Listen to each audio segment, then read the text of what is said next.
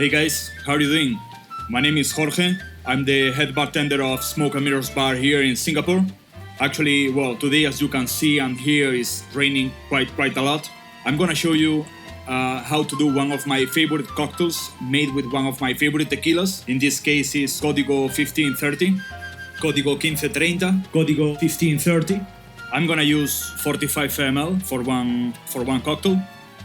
But at the same time, I wanna tell you something, because this is a cocktail that you can batch, producing a 500 ml bottle or even bigger that you can keep inside the fridge or even outside for months. It doesn't have any fresh ingredients inside, so it's something very convenient to keep and pour anytime you want, right?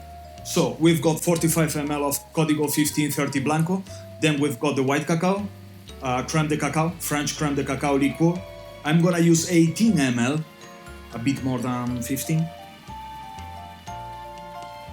Right? It's cool to make drinks actually, sit down. I never did this before, it's my first time, it's nice. Alright, let's go for the citric solution. This is 30 grams of citric acid for 70 grams of mineral water. So I'm gonna use 12 drops for one drink. It depends of which creme de cacao you use. Then for the balance of citric and sweet, you can add a bit of agave nectar if you need, or a bit of gum, just a little touch. The balance of citric acid may vary depending on the brand you use. At the end, the balance is up to you guys, it's up to whoever is making the drink. We've got some salt now. I use a little bit, just a little touch of salt.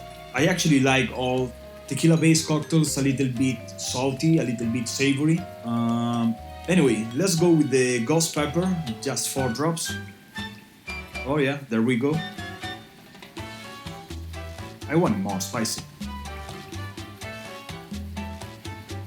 Nice. I'm gonna take ice.